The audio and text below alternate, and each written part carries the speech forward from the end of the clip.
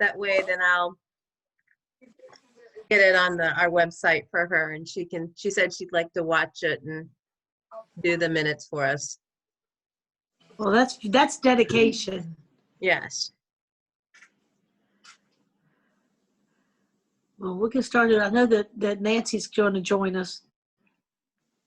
Okay. She's having an argument with her computer. I feel sure she's going to win. Here she is.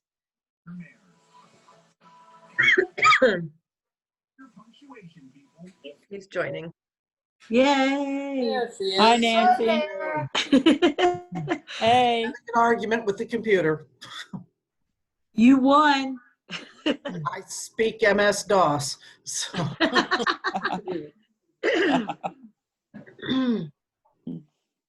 Well, welcome everybody. Thanks for coming out by Zoom, and I'm excited that we can continue to do this. I know that continuing to do Sunday school through Zoom has been wonderful for the Sunday school class, and I'm excited that we have taken this on in PW also. So our lesson this week is about lamenting together. And before I have Reverend Julie turn the video on, I just want to, before we begin, to get our minds focused on what it is we're going to be seeing, I wanted to ask you these three things. And one is, what situations in the world and in your life are worthy of lament today? This is what I'm looking at is the bottom of 21. Another thing to consider before we begin is, when have you seen communities of faith in neighborhoods, cities, nations, the world come together to lament? And what did these gathered groups ask of God in their laments? Well, now it's time to get aggressively positive. And if you are unfamiliar with lament as a practice in your congregation or community, how would lament be helpful where you are? And I'm just bringing these up so that as we're watching the video, we have these things in mind when we come back together after the video for discussion. All right. Share the screen, and let's make sure I share the computer sound. Okay.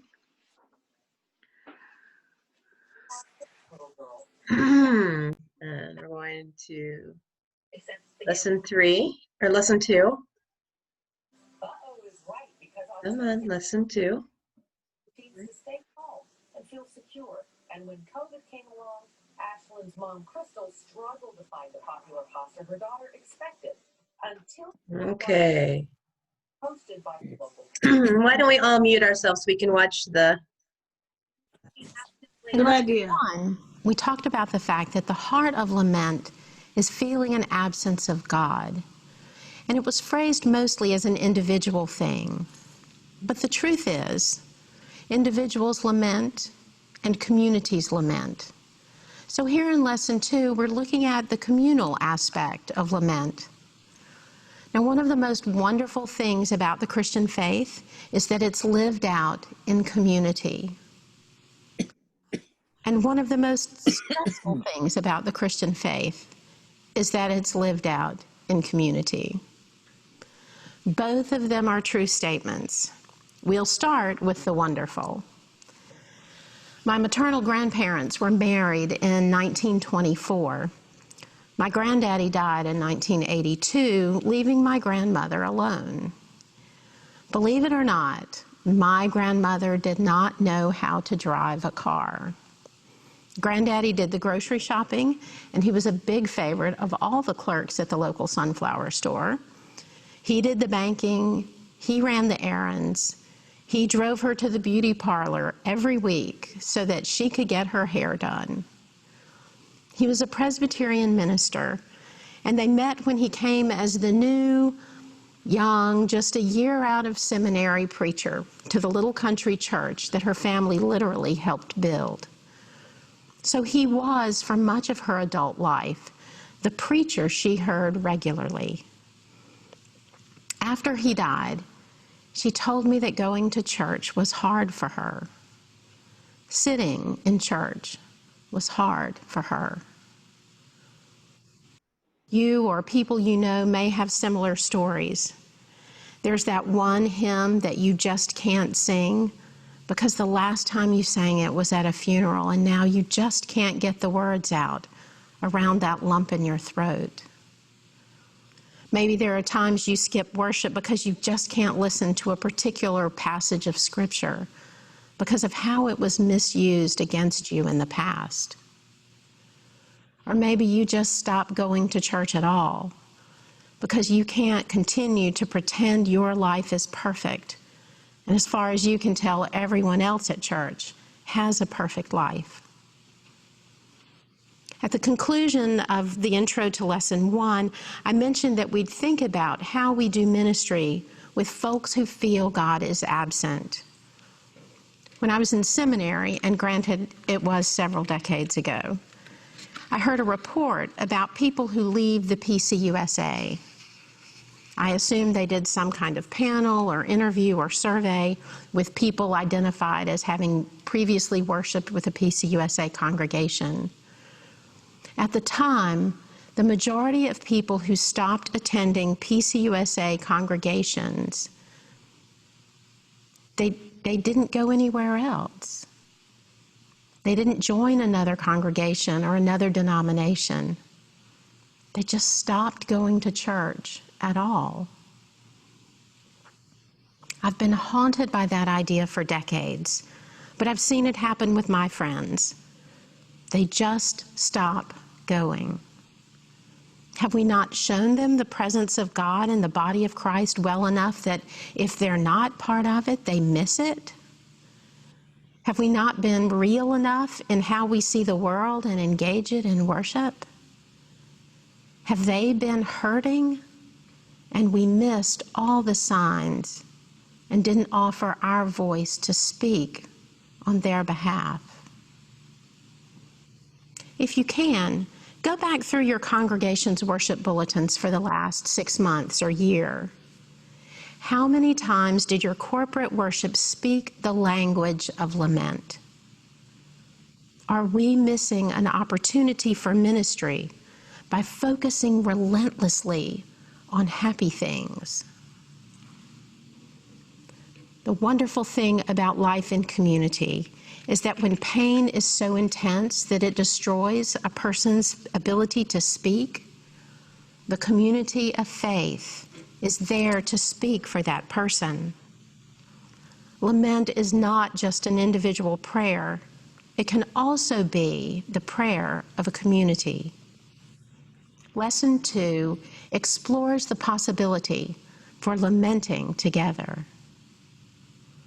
One way is similar to that described earlier, when the community laments on behalf of one member who is hurting. That is lamenting together. Another way is when an entire community laments.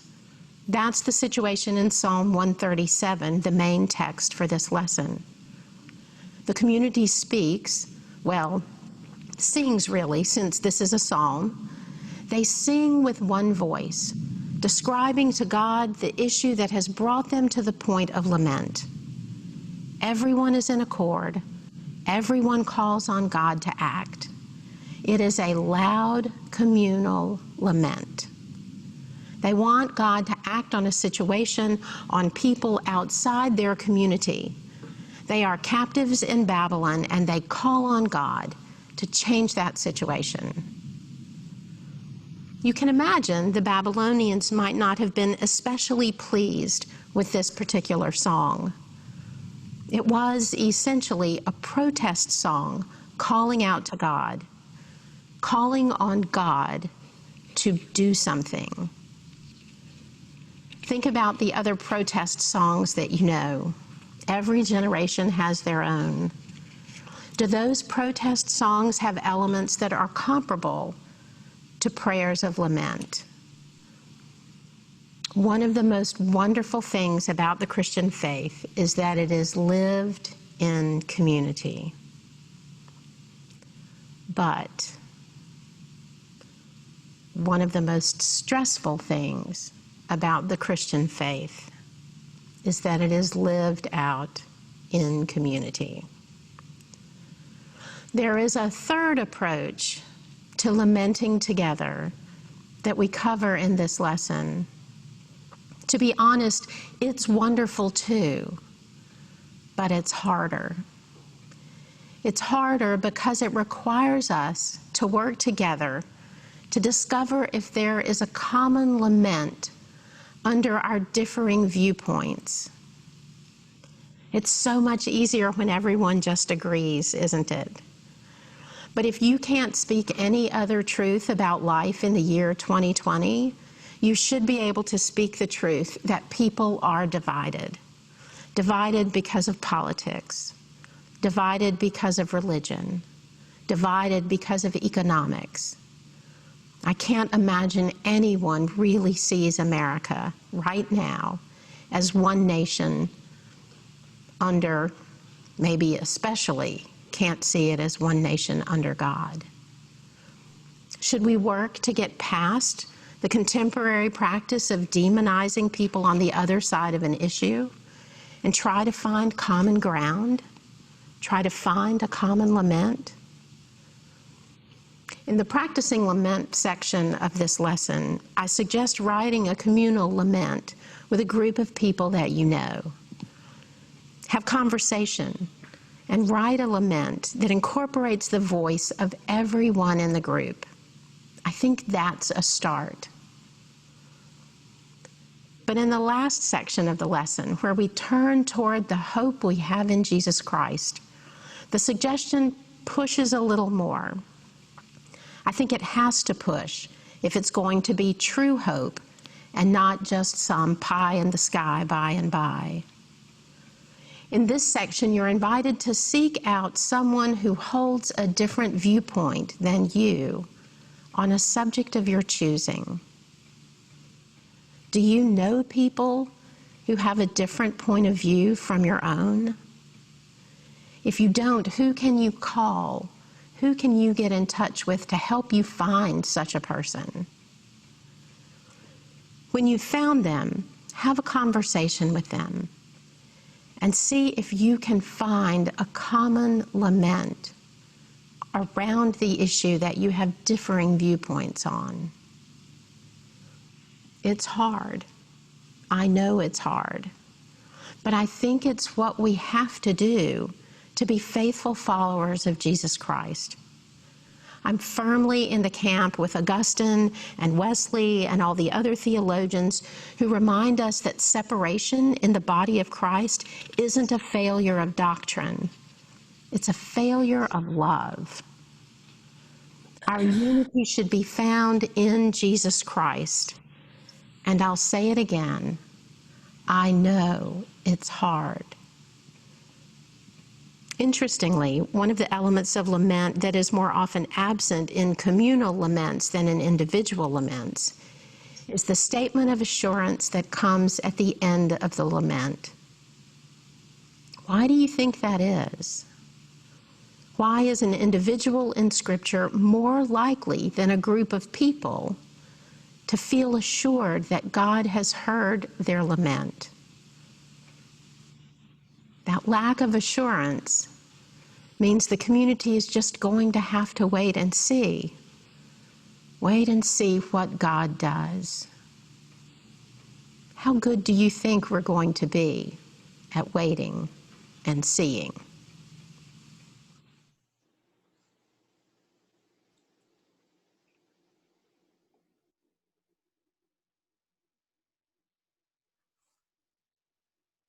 Okay, here we go. Stop. There we Hello, go. Susie. Hi, Hey. good to be here. Yay. All righty. Okay, Lisa, hand it back over to you. Okay, thank you. Okay, she mentioned Psalm 137, and if you will permit me, or we can either read this in, it's on page 22.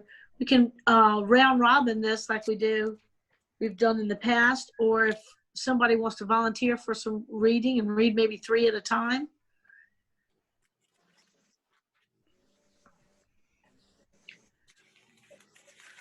I can read. Okay. You By want to the do rivers, go ahead. by the rivers of Babylon, there we sat down and there we wept when we remembered Zion. On the willows there we hung up our harps. For there our captors ask us for songs, and our tormentors ask for mirth, saying, "Sing us one of the songs of Zion." And how could we sing the Lord's song in a foreign land? If I forgot you, O Jerusalem, let my right hand wither.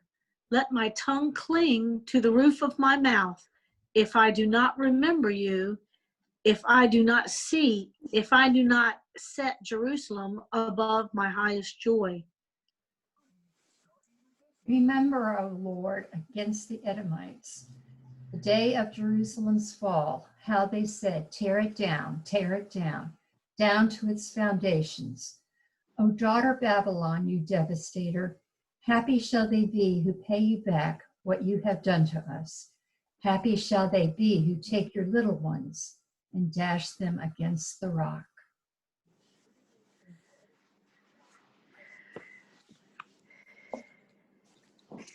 In this, it's as she mentioned in the video, this is the Jerusalem after Babylon is taken over. So the Babylonians are in charge of them. They don't have free reign anymore. They don't have their temple anymore. So it's a specific thing that they're lamenting, and they're lamenting as a group, which is one of the things that this lesson is talking about, is lamenting as a group. And it does talk about the different things which was nice on the text on how to do it. But the other thing that she was talking about is that one person can lament and a community can lament, or one person can lament in the midst of a community. And one of the things that happens in this that shows that is that the top part is we and the Babylonians, and it's what's happened to us, and it's all of us. And in the middle, it shifts voices to how that one person is, let my tongue cling to the roof of my mouth, and if I forget, let my right hand be cut off. So this was having both voices. And the final voice really is kind of takes us back when we're used to, our verses being happy and passing love, and this is wishing the happiness of finding that their captors suffer as they suffer, or their children suffer as they would hope them do.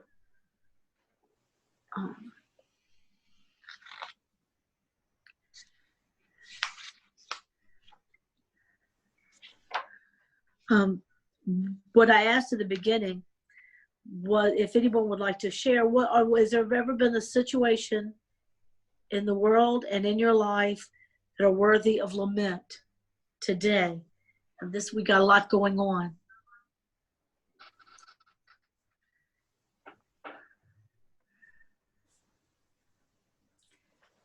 I'll mention, I think one thing that I've noticed that everyone, I think, can agree on is this lament of this year losing a lot of our traditions. And I know, like right now, this is usually the time of year when my parents come out and visit me. and my dad and I have our birthdays together, and that's not going to happen this year. And I know it's kind of silly, but I think there's a lot of those things that we can all agree on, and we can all have a similar experience where we're missing out on some of those cherished traditions that keep us going every year. Or even about when you think about doing things with your family next summer, you do it hesitantly because you really don't know. But you got to have the money in now. So, you know, the get-togethers, like you said, that are very, very different. It does. It feels like something has been taken. Yeah. Or like attending church. Yeah. You miss being around the people and you miss the atmosphere. Yes. It's Zoom is good and it gives you something, but it's not a total replacement. A Right. coworker and I were just talking about this today, and she said, I miss church. She said, it's not the same on TV. It's not the same on my iPad. Yeah. I agree. It's especially hard because we're such a close church family.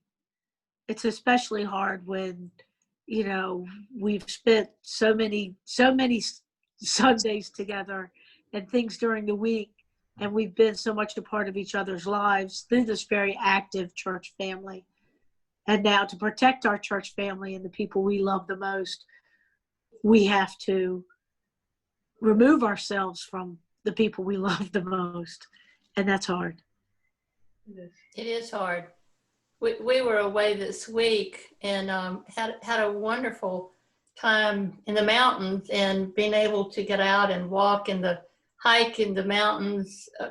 We were like practically alone, and it was great. That part of it was great. But on the way back, we stopped in a couple of places and saw different family members, thinking it was going to be okay.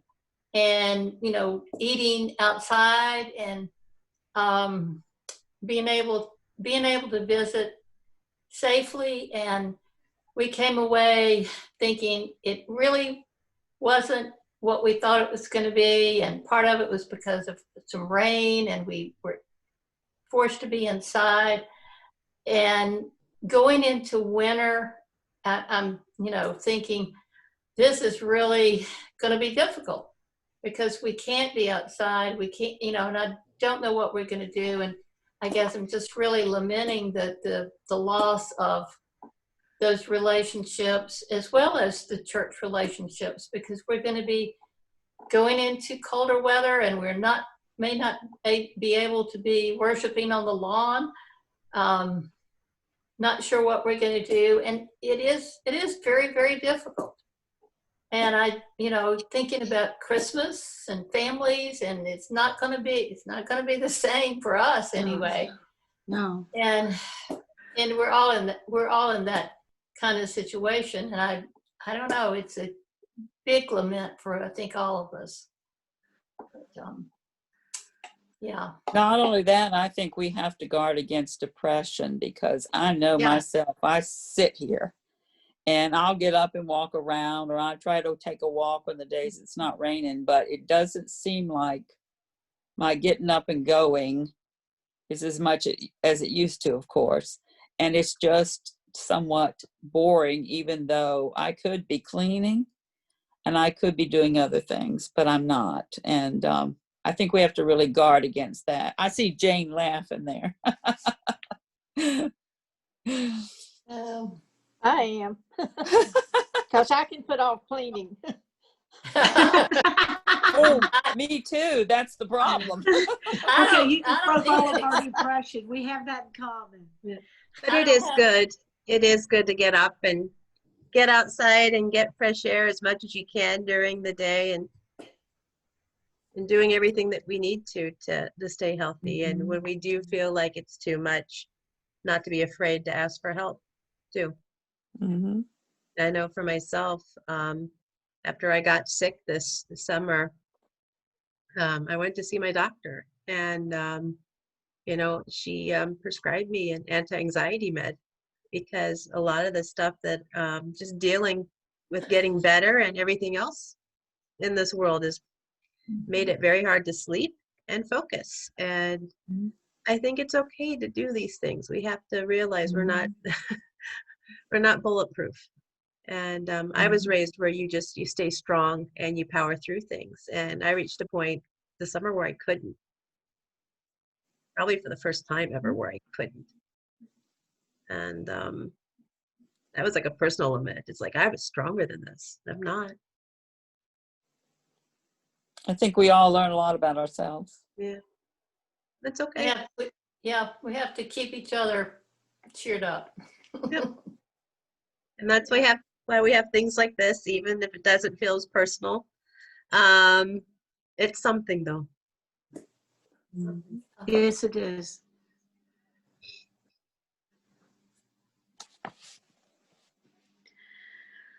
When have you seen communities of faith in neighborhoods, cities, nations, and world come together to lament?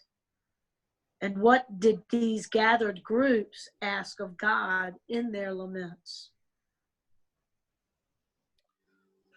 Biggest one I can think of right off the top of my head is right after 9/11 happened. Yeah. Churches everywhere prayed for the souls that were lost and prayed for the souls that thought it was okay that they were doing this. The time period that comes to mind for me is after Charlottesville, and we got together at the church and opened our doors at church to have the dialogue and to lament and to pray together. Oh, if we could open our doors again. Oh. I know. We just have to open them in different ways like this. Well, we can gather in our yard. Yep. Yes. We can walk the We prayer can trail. still be together. Yes, just differently. And at Just some differently. point, this episode of The Twilight Zone will end. Mm-hmm. It's true. The funny thing was for the presbytery, since we've been doing things like as a Matthew 25 initiative church with some mission initiatives, they asked us to participate in a video. So I did a little minute and a half outdoors about the prayer trail and talked about, being outdoors and all the wonderful things about connecting to a diverse community. And the whole time I had to move around the churchyard because of all the noise about everything that was going on. There was construction going on. There was apple tree. At one point, church chimes were going off. And it was like, I got by the seventh take of talking about how wonderful the outdoor ministry is. I'm just thinking, you know what? This is getting old. It is a blessing. Yes, it's a blessing. We're going to say it again. It's a blessing. But it is. It really is. It's so different. It's so different. And we had to, get equipped for it in record time. But I like that that's a way that people can experience and have a outdoor experience that is healthy, it's happy, it's spiritual, and it's open to everybody. It's new. But there are lots of people that are using our path, actually. Good. Good. Yeah, I think it's good that there was an article in the paper, in the Suffolk News Herald, about it. And I've shared it with some folks too that aren't members of our church. Just, a good place, safe place to go and walk, and you don't have to be a member of the church. No, and we've done it on numerous occasions, and it's a nice little walk. You go around a few times, you can really get a little cardio workout.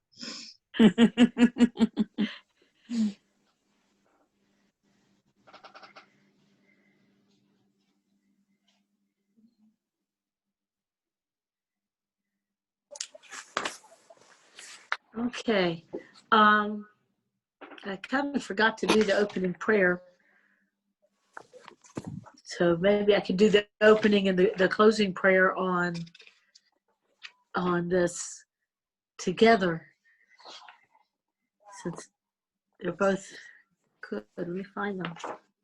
Is there anything else that anybody wants to talk about with lament? I think it was just interesting, her talking about how, we don't normally, embrace lament as a normal practice. And I think for most of us, we have this mindset where we just need to, power through to begin with. I don't think for most of us, we learn how to lament. No.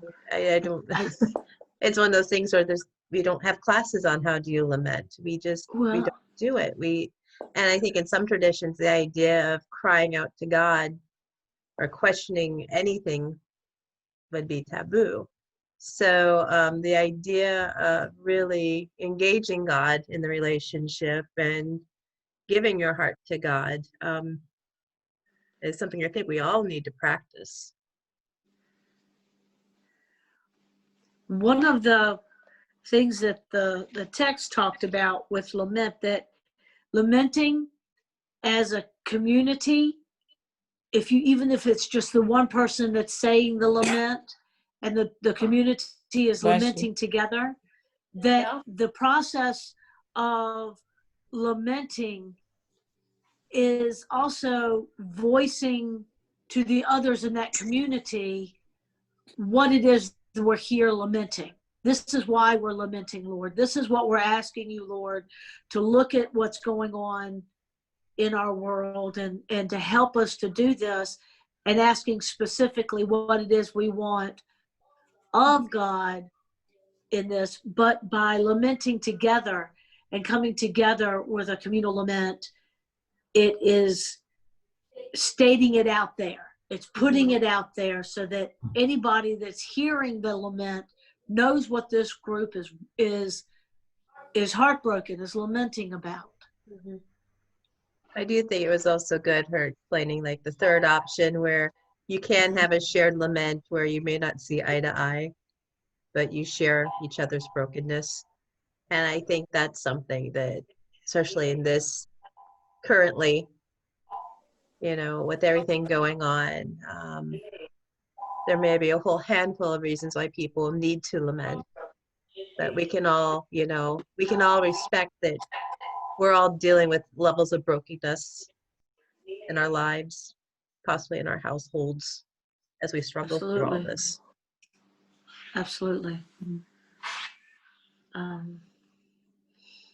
But that in lamenting, in our prayers of lament, whether we do them together or as a group or as a way of bridging differences and coming together, that this lesson has been eye-opening to me, because as you had said, Julie, it's hard for me to think in terms of asking God to fix something, more or less I'm thinking and asking for guidance, but to be specific about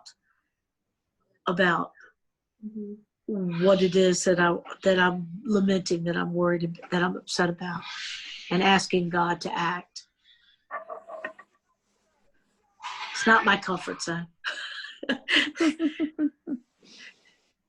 But all of this learning has been pulling me out of my comfort zone into a stronger, better me.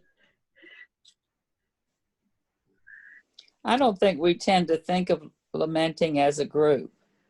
We tend to do it individually. It doesn't, unless at least I do. Yeah. I think if there's like a shared tragedy, we do. But well, that's true. And I do think at some points, like like right now, I think that weekly, like when our prayer group gets together, we all kind of have a shared lament of things that as we're dealing with this year and things going on in our lives, we do.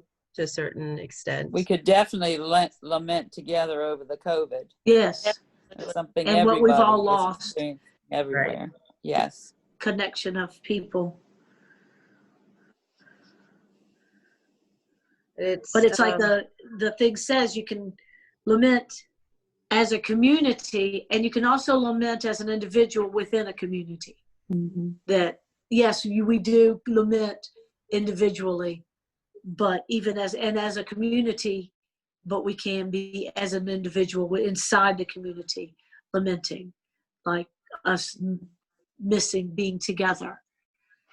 And if we go to God with that individually or as a group, he knows that it means something to us, and we miss each other, and we miss worshiping together and coming together as a church, even though we are still performing the duties and being a church together. We miss each other. Mm-hmm. But we just have to meet in some small groups and go for walks around the prayer trail. I think that's a good way to do it. Mm-hmm. I think that's a good way to get together and put that energy into a positive prayer. A lot of you. Jane can I ask? Oh, never ahead. mind. Go ahead. Jane, is Lake Prince, can you go out now? Or you could, right? But can the others go out? Yes. You mean Oh, they can't. Okay. what others? What are you I mean, the talking about? ones like where Betty is and all of that in the Yes. apartments. Can they go out? They can go They can now out, too. but we still aren't going in each other's apartments or houses. Do you go to dinner together? No, dinner is brought to us No. no dining room is open. Okay. It is So do brought you to quarantine us. when you get back? You Nope. quarantine when you get back? No. No. Okay. Thank you. I just didn't know what the stage was. Yeah, we can go out, but Okay. we aren't to be with more than 4 people at a time. Okay. Whew, that limits it. Oh, cuts down on happy hour, doesn't it? No. We don't know what we're going to do when it turns cold. Yeah, that's the I guess problem. we'll have to give that up. I think we're all going to have some heavy winter clothes, big coats and hats and boots, and bundle up and sit outside and get some what are those things? Fire pits, and We can get some of those nice restaurant grade, like outdoor heaters. I'll bring the glue gun. I like it. I don't know. I'm not ready to be inside all the time. I know. I know. We are out quite a bit ourselves.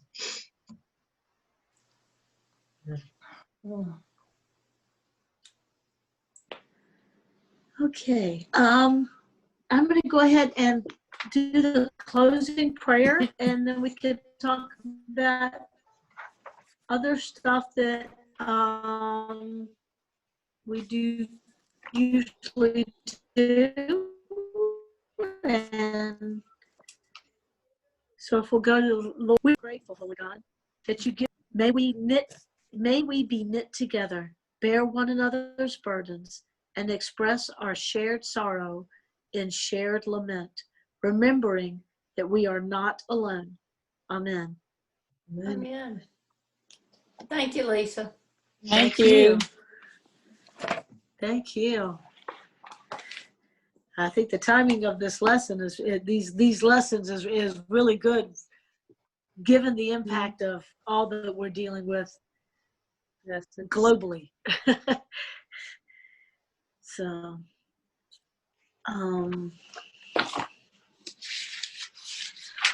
let's see.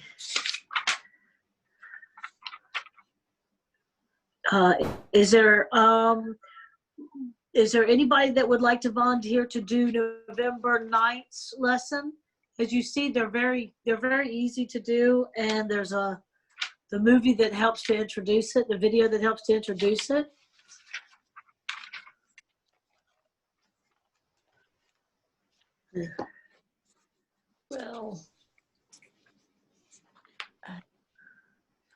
if no one does, I'll be glad to do it. It's not a problem. Lisa, you don't need to do it again. I could do it. I mean, it's not a big deal. I haven't looked at my calendar yet, but I don't think I'm going to be here on that Monday. Okay. I may be coming back from Delaware to see how we've gotten, whether the roof has been reattached to the house or what's going on. Oh my And goodness. oh my. Lisa, I'll be glad to do it in November. Thank you, Susie. Okay. I haven't looked at my calendar, but I'll clear it off and. Okay. If it turns out that it is a problem, I don't mind doing it. Just give me a heads up. Yeah. Because these go really well. They go Yeah. very easy. I want to thank Betty Chapman for doing the reading, doing the Minutes. the Yeah. minutes from last time. I think that's above and beyond the call of duty, considering she wasn't able to join us by Zoom. But I think that's excellent. Do you want me to We're read just- them for you? Say again. I'm sorry. Do you want me to read her minutes for her? Yeah? Oh, that would be excellent. Thank you. Okay, I will read them. She wrote, it's in cursive, so if I pause for a minute, I'm not the best at reading cursive, other people's cursive, so. Okay. The first meeting of the Presbyterian Women's, since our March 2020 meeting was held on Zoom on September 14, 2020. There were in attendance Reverend Julie Sterling, Lisa Morrison, Susie Stoughton, Jane Summers, Terry Matthews, Chris Irby, and Nancy Sharp. Reverend Julie recorded the meeting and two received it by email. She reported that the new books had been given out and that they would be $10 each. The study on lesson 1, the Heart of Lament, was a focus on scripture from Psalm 22 and Matthew 27. She opened with prayer, had a brief discussion on lament, and then we watched the video. Reverend P. Lynn Miller presented the study, after which there was a discussion on the video. Because there was no minutes or treasurer's report, Lisa asked if anyone was interested in doing a lesson to contact her. If you want to pay for your books or give your offering, do so by sending a check or donation. Jack Stoughton, as we are doing with our pledges.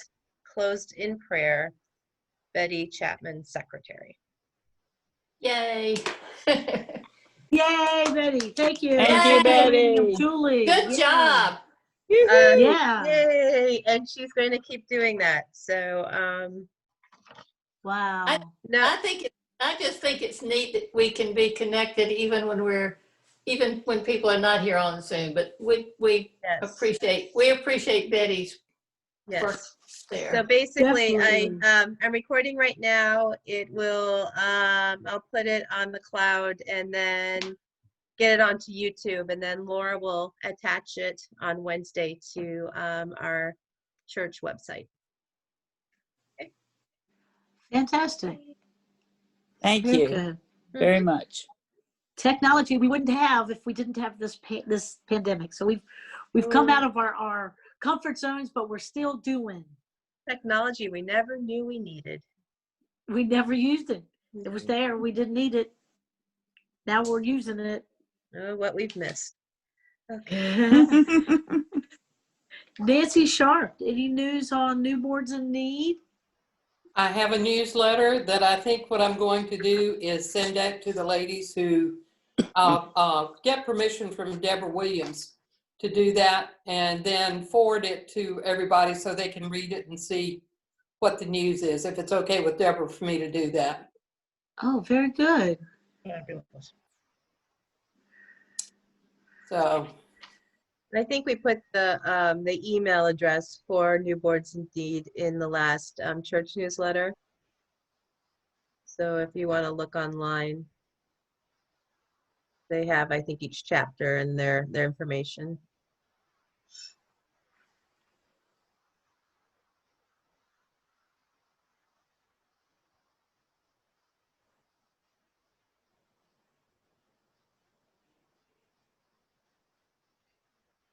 I'm just writing down, Okay, I'm just, writing down notes. I'm not ignoring you guys. Sorry. It's all right. I will mention that we all know that John Banks passed away.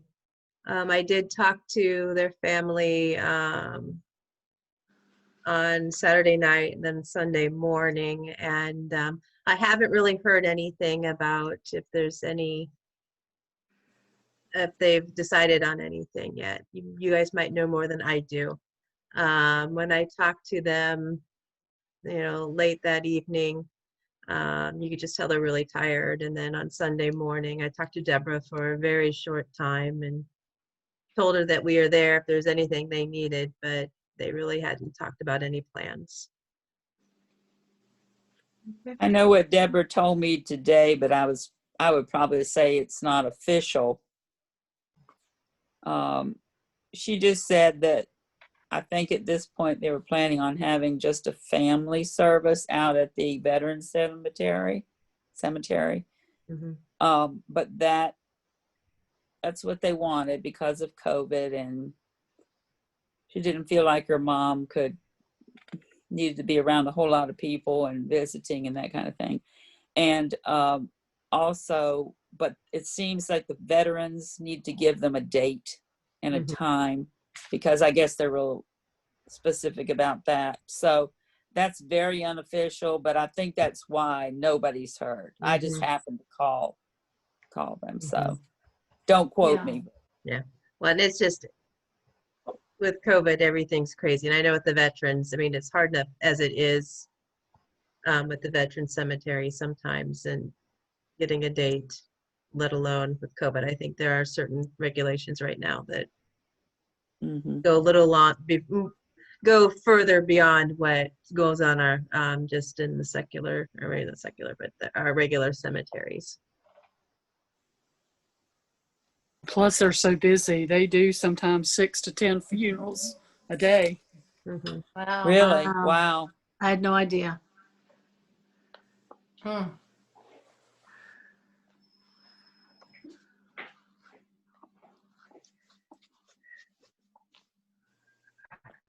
Well, would you please let us know if they do decide that they would like something, even if it's just a little something for family, that, introducing a lot of people, if necessary, items that they might want for family that do come in, just something that we can offer.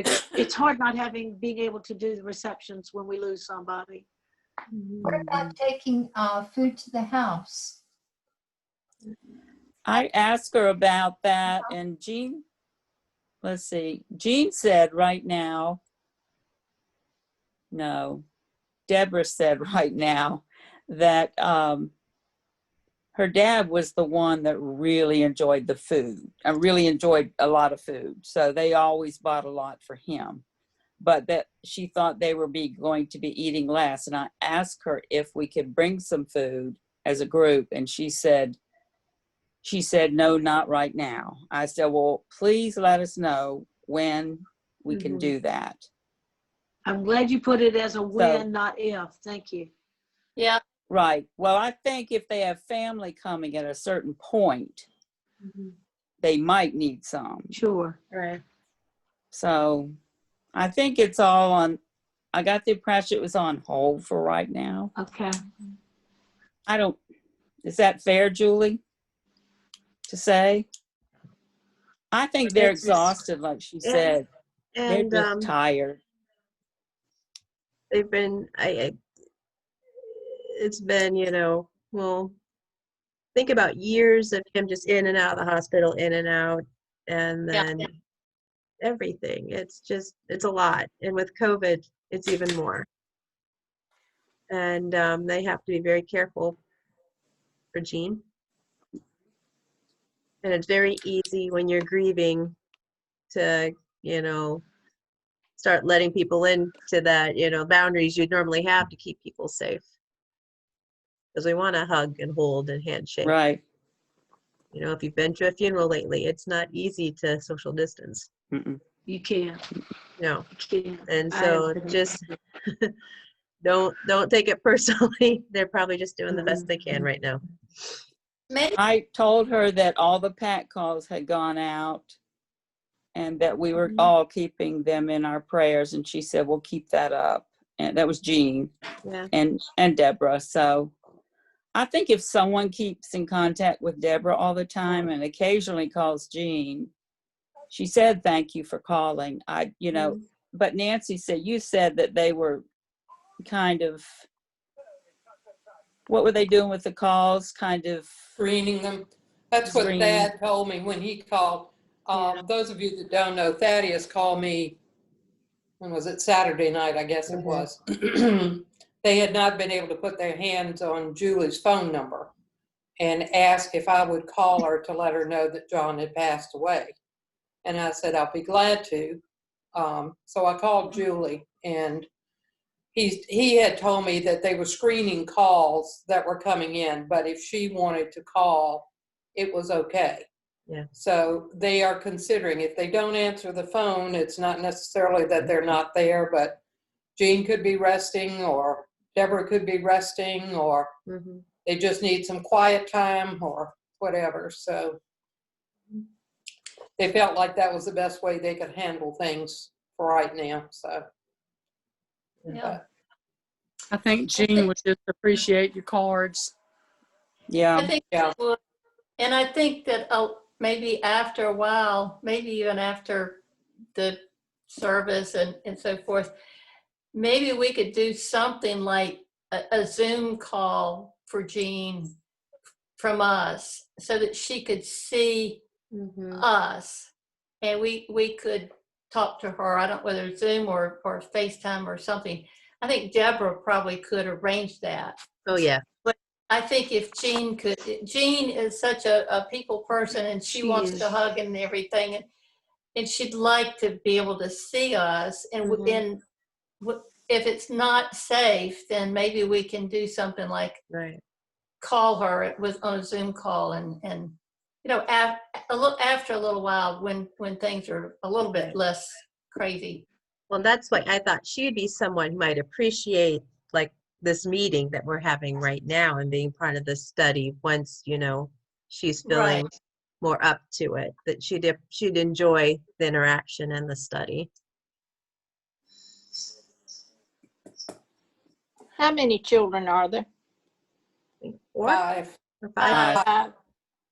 Where 3 did, boys and 2 girls. Deborah and Sarah are the 2 girls, and they're both here. Well, Sarah's up in Carrollton. And is it Bud who's in Carrollton? In Arizona. No. Oh, Arizona? Who's the one in Carrollton? Tim is in Chicago. Bud is in Arizona. Thad is in Carrollton. Sarah's in Carrollton, and Deborah's here. okay, thank you. Mm-hmm. Because Jean Butcher asked me, were there 4 or 5? She thought there were 5. Yeah. So I told her I'd find out and let her know.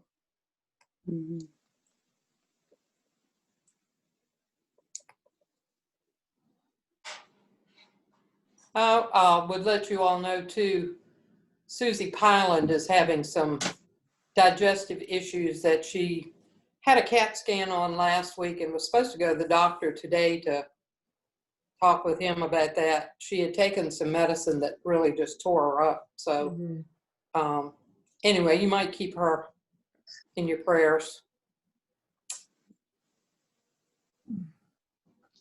She's doing some better. The doctor last week gave her some medicine that has helped quite a bit, but still they want to clear it up and make sure they're not overlooking anything.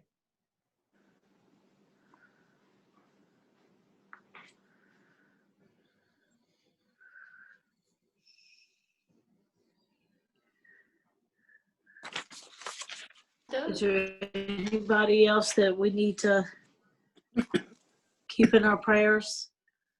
Let's just keep the Metters family as they're getting prepared to move. We are going to have a going away acknowledgement and celebration on October 25th during our outdoor worship. And then we are going to have, I think, some form of picnic following worship. And the logistics and the planning of that is underway right now. I think we're going to try to have it so that there is options for sandwiches people can order that'll be at the church, like from Subway or somewhere. And then, or people can bring food from their home. We just thought it'd be nice to have a going away for the Metters family and also for Judith, who is getting ready to move Oh, back yes. to, is it New Mexico? Yes. Yes. And she's leaving November 12th. Is she going to help take care of the twins? She She's lives there. Yeah, Yeah. She's going back home because her granddaughter, whom she moved here to help with the children, her service ends, and so her reason for being here, so to help her granddaughter, has ended. So she will be able to. So Uh-huh. she's got her service requirement ends, and that's why. And she's got a lot of time off, which is why she's doing it now instead of in December. She can go back home sooner. She's planning to continue attending our Zoom Sunday school classes Good. from wherever she is. So this group has really meant a lot to her. Good. Mm-hmm. We're glad. Okay. So we'll know more about this. I know we're going to bring this up during the deacons meeting on Wednesday night. So as we learn more, we'll let you all know too. Just so we're trying to make sure we're able to celebrate these people before they go. Yes. Mm-hmm. Yeah. And what date was she leaving? What day is Judith Well, leaving? She's leaving on the 12th, of November. November. Judith is. Yes. Yes.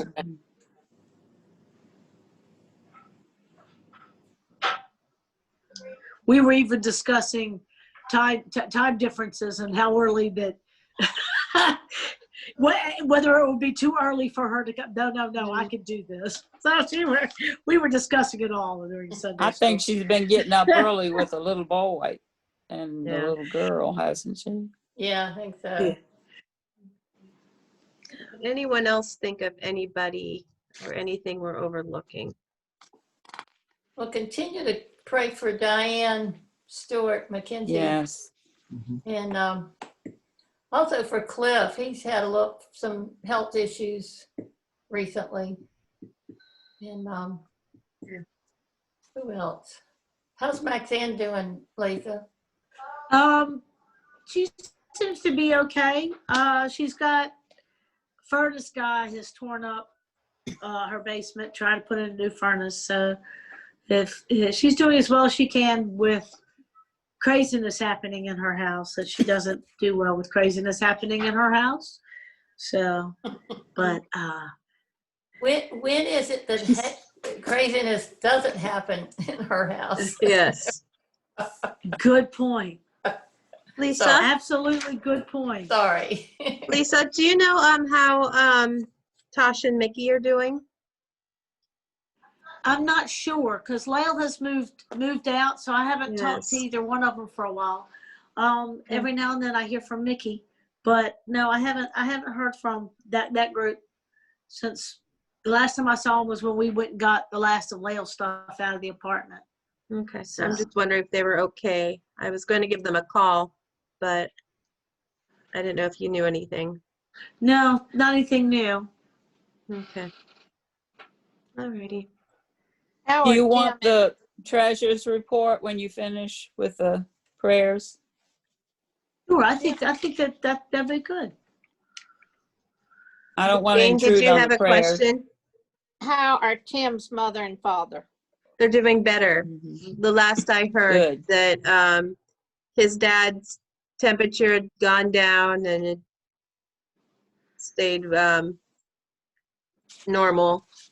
for a few days. I haven't heard anything differently. Is he still at home? Okay.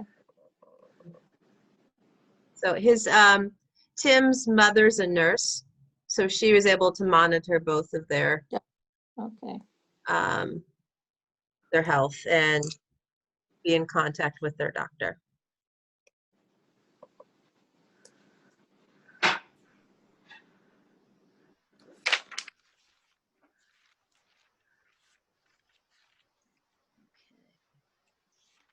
Would you like to do the financial Sure. report? Are you ready for Oh, that? sure. Okay, Sure. thank you. Yes, Laura sent this to me for September. I will say the end of March, which is the last time we met, we had $647.83. And then, of course, we haven't met, and I have not sent any checks to anyone. So I don't know if we want to talk about that maybe next month or Okay, something. You know, we normally send to Edmark and different yes, places, so might be too late to do that now, but we might want to think about that. And then yes. during September, we added to that $40 in payment for our study books and $25 in payment for the $25 of offering, which is a different category. I think they put that under, with a total of $680.21. So I think that's what Betty would probably need to know, the offering and the $40 in books, and total of $680.21 at this point. However, I know that there are probably some more checks now that have come in the mail. Yeah. I feel Okay. sure. While I have you, may I check off that you have or have not paid for your books? Figured that'd be the easiest way. I'm not putting anybody on the spot. I do have Jane Summers. She told me she had. Did anyone else happen to pay for theirs? Probably Betty Chapman, I think. I did. No, Yeah. I have Nancy's in You did, mine, but I Sherry? have not paid for them yet. Okay. It's not a problem. I was just asking though. And I'll send you a check for that and dues. If you could send it to the church, I think Jack picks them up there. Is that right, Susie? Okay. And Can I guess send that in two different checks, one for dues and one for the book? Or is it all? One check is fine.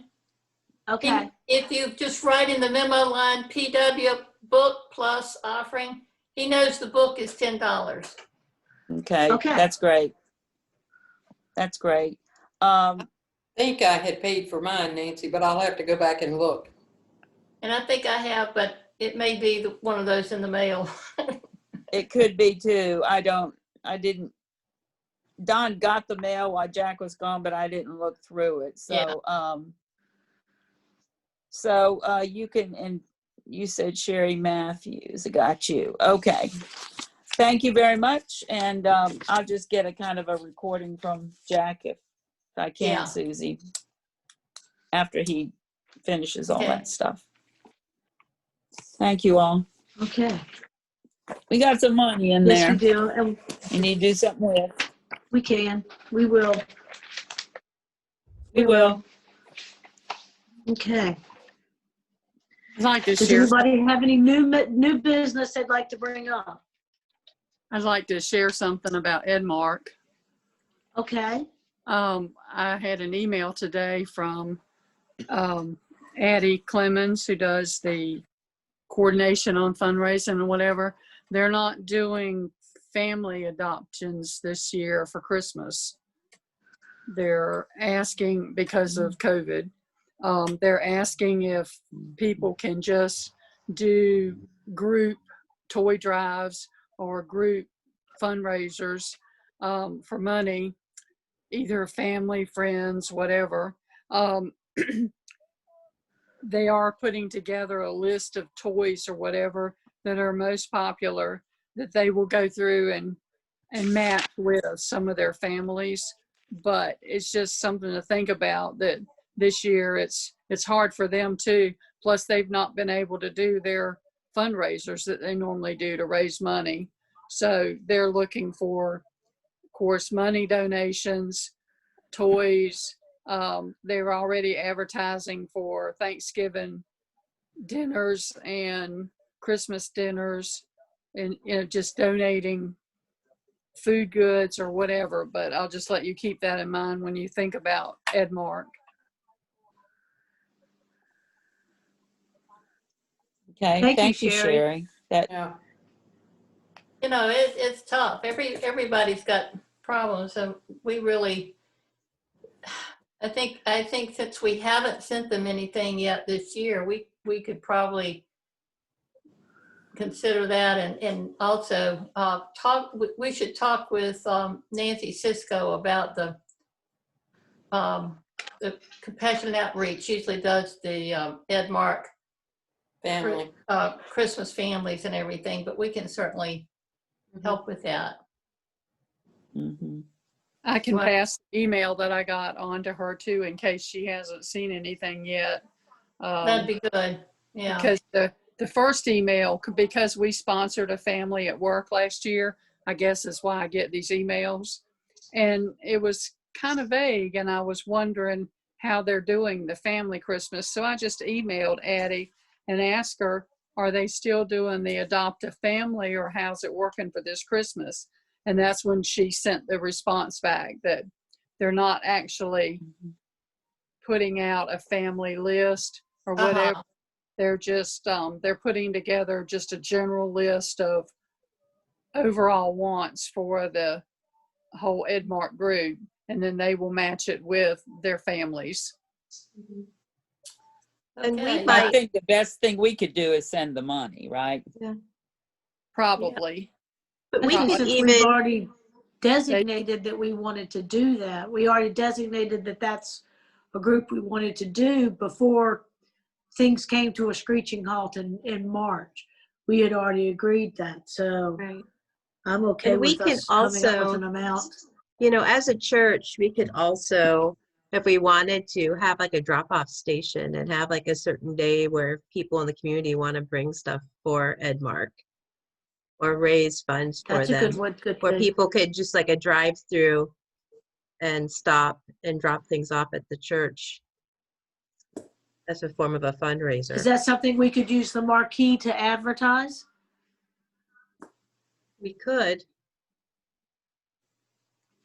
Or I can make a banner Mhm. There might be something if that we can be need to done put some. to help promote Edmark. Interview to the Suffolk News Herald. Yeah. How would they do the drop off? We would just have designated times. So, and we'd have a few people manning the area so people could like drive through our parking lot. And then And just all leave that, them at a all that table would or need to something. be, all that would need to be wiped off and wiped down, and don't you think? Well, they would probably do that at Edmark. What you would do is just deliver it to their office in Portsmouth. And then I'm sure that they have protocol for how to handle it. Okay. I don't know. It might be a possibility. I don't know.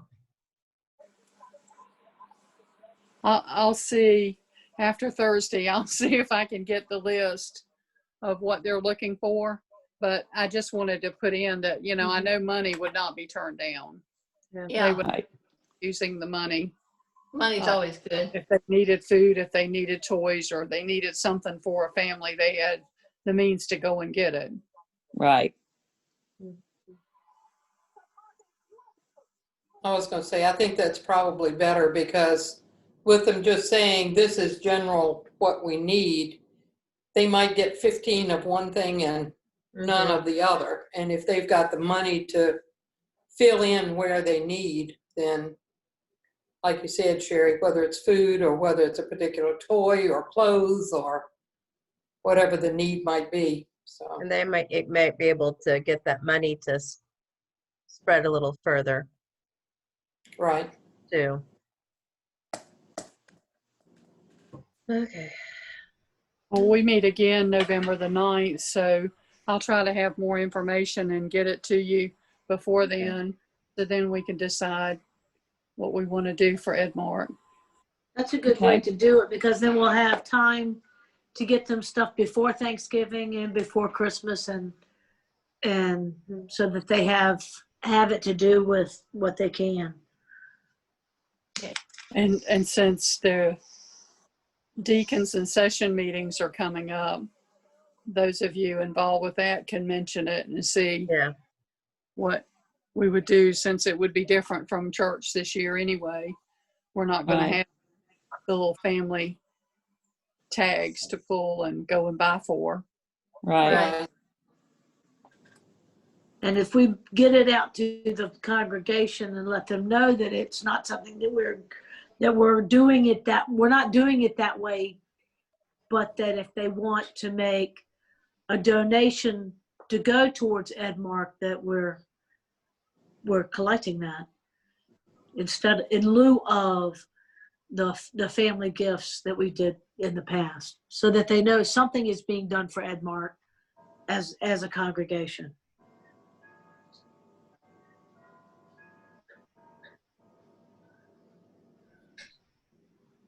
You hear my clock, Susie? Yeah. Yeah. I saw you start smiling. I thought, she's hearing my clock. I heard it. I like it. I didn't turn my microphone off. It's all right. It's okay. We like hearing you too. You and your clock. We thanks Sherry for bringing that Yeah. letter. that Yes, information thank you. to us. Yeah. Thanks, Sherry. Is there You're welcome. anything else that for the good of the group that we'd like to bring up? I appreciate everybody's participation in our Zoom meeting. And thank you, Susie, for volunteering to do next month's lesson. And thank you, everybody, for tuning in and participating. Thank you, Lisa. Right. Right. Bye, Good night, y'all. everybody. Uh, Thank you, everybody. I'll see you next Thank month. you. Good Thank night. you, Lisa. Bye-bye. Good See you night. before then. Sleep tight. Don't let the bed bugs bite. Those That's what my bad mother bugs. used to always say.